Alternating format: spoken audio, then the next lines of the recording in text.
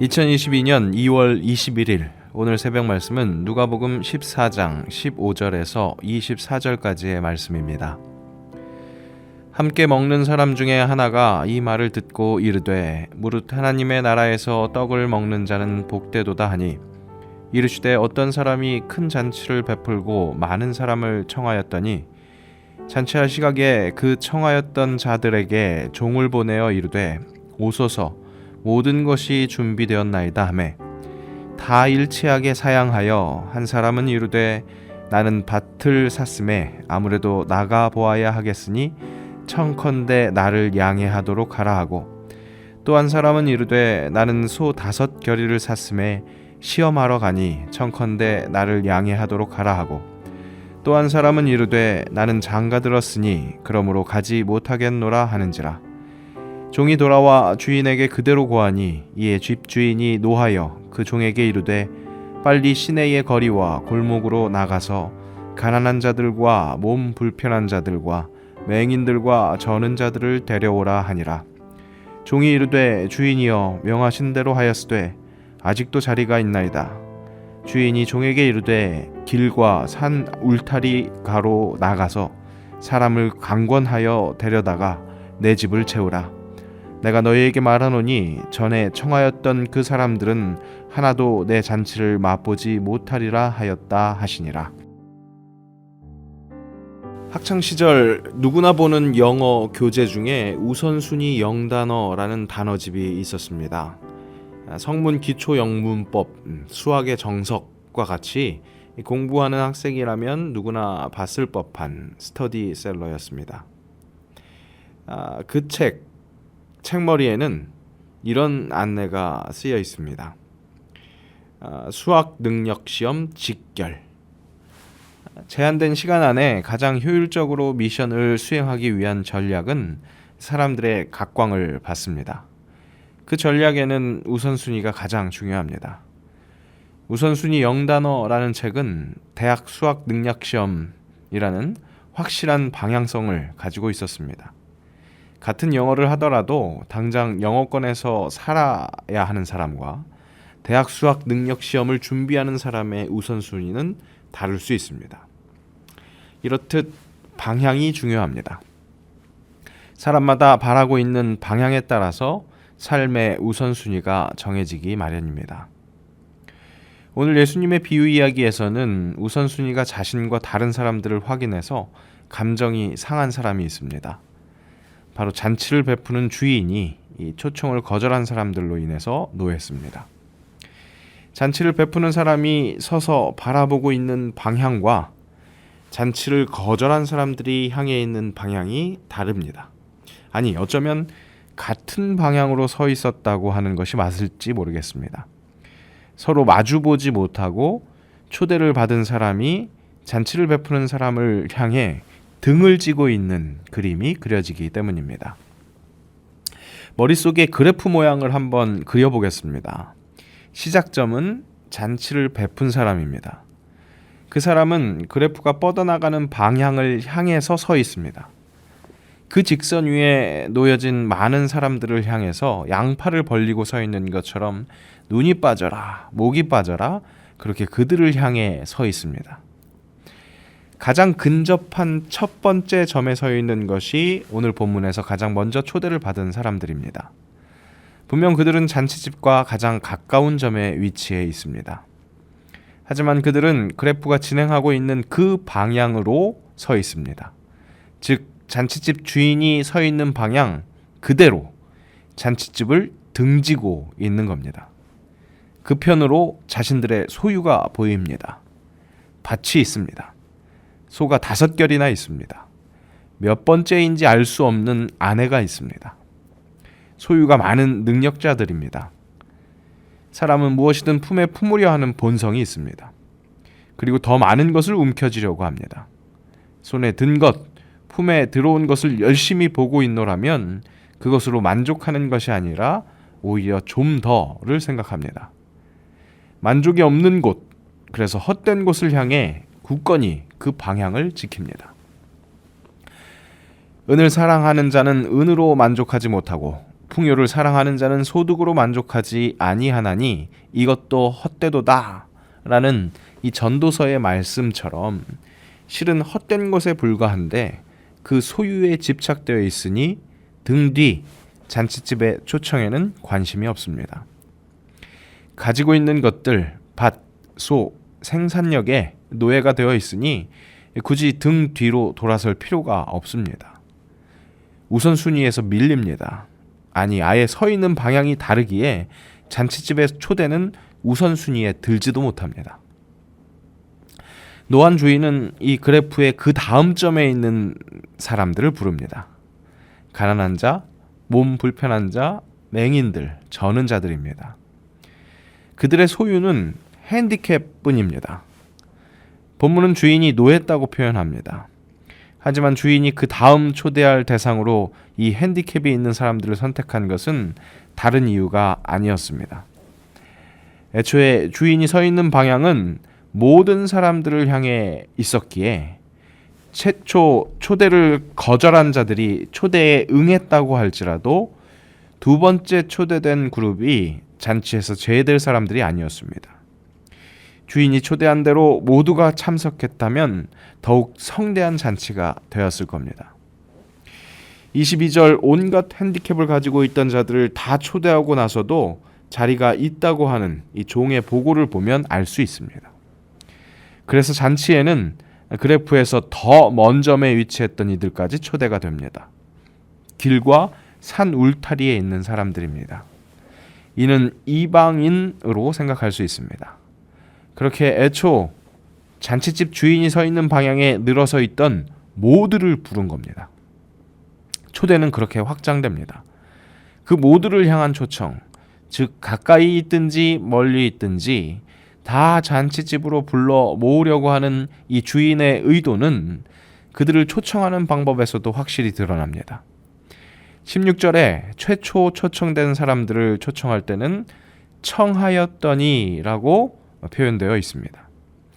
하지만 다음 점, 즉 잔치집과 좀 더 멀어진 점에 위치한 핸디캡이 있는 자들을 초청할 때는 21절 종들에게 데려오라 라고 명합니다. 그리고 길과 산 울타리에 있던, 즉 이방인을 의미하는 듯한 이들을 초청할 때에는 23절 강권하여 데려다가 라고 표현하는 것을 볼 수 있습니다.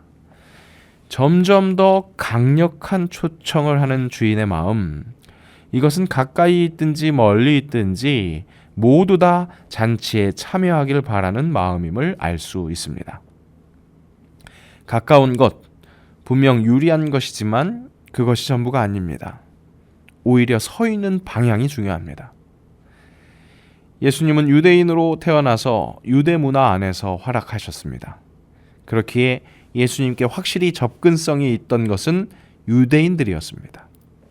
하지만 그들은 예수님을 등지고 섰습니다. 유대 문화, 또 세상에서, 이 땅에서 소유할 수 있는 많은 것들을 향해 서 있었습니다.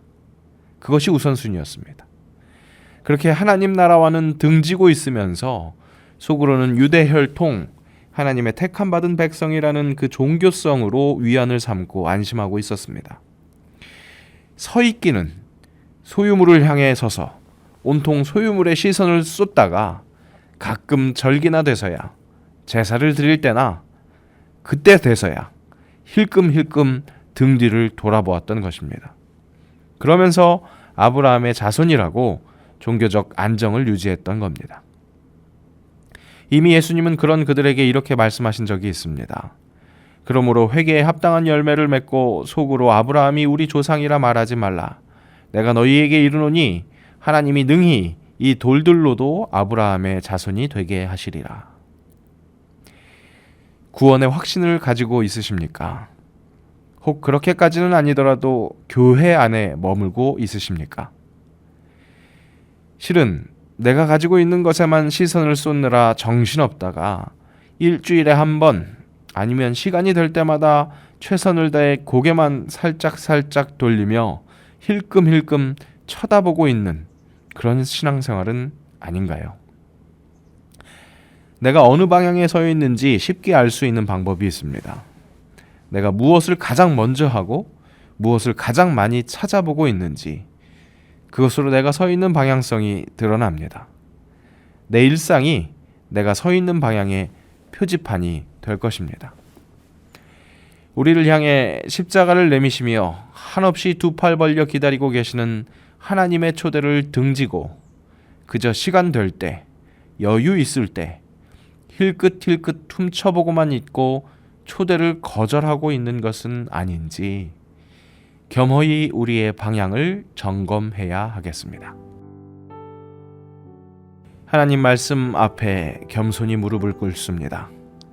하나님은 우리를 향해서 십자가의 그늘을 계속해서 비춰주시는데 우리는 그것을 향해 서지 못하고 그저 등지고 세상만 가져야 할 것만 그것을 바라보고 있는 것은 아닌지 세상 등지고 십자가 보게 하옵소서.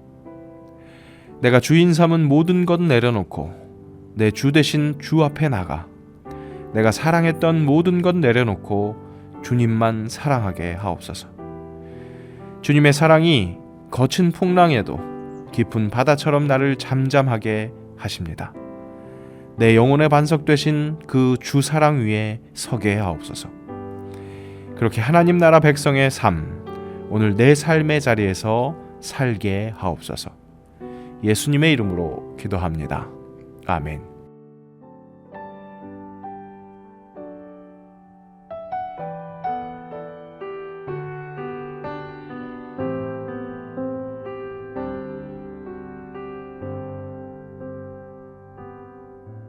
내가 주인 삼은 모든 것 내려놓고 내 주 대신 주 앞에 나가 내가 사랑했던 모든 것 내려놓고 주님만 사랑해.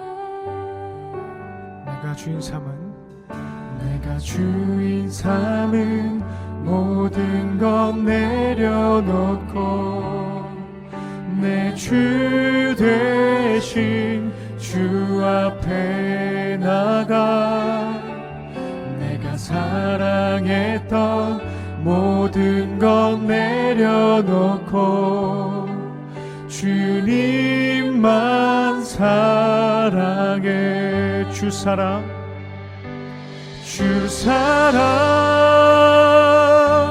거친 풍랑에도 깊은 바다처럼 나를 잠잠케 해. 주 사랑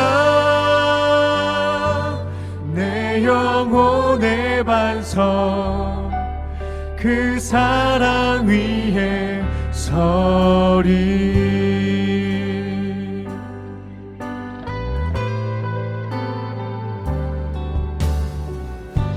내가 주인 삼은 모든 것 내려놓고 내 주 대신 주 앞에 나가 내가 사랑했던 모든 것 내려놓고 주님만 사랑해. 아멘. 다시 한번 고백하겠습니다. 내가 주인 삼은 모든 것 내려놓고 내 주 대신 주 앞에 나가 내가 사랑했던 모든 것 내려놓고 주님만 사랑해. 주 사랑 거친 풍랑에도 깊은 바다처럼 나를 잠잠케 해. 주 사랑 내 영혼의 반석 그 사랑 위에 서리. 주 사랑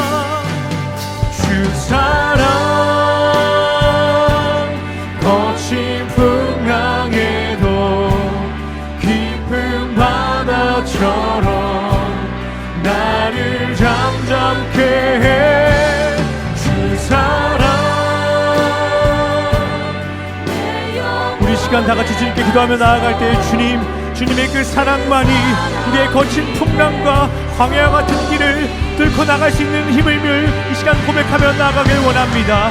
기도하겠습니다.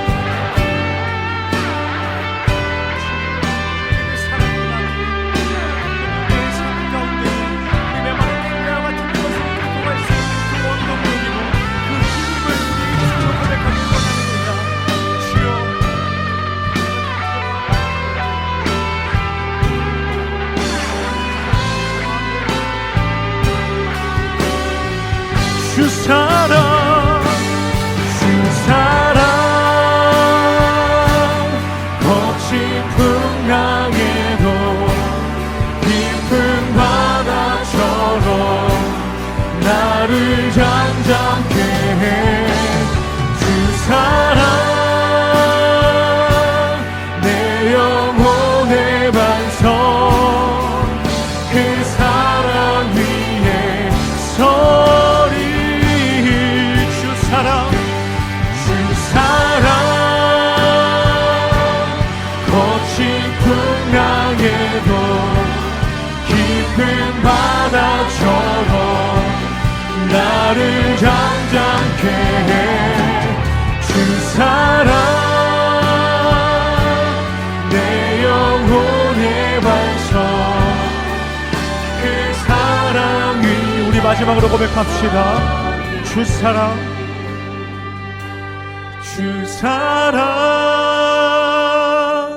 거친 풍랑에도 깊은 바다처럼 나를 잠잠케 해.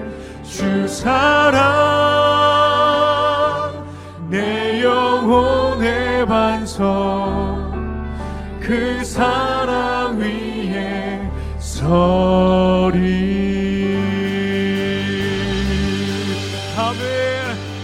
신실하신 주님, 예배 가운데 찬양받기 합당하신 주님을 찬양합니다.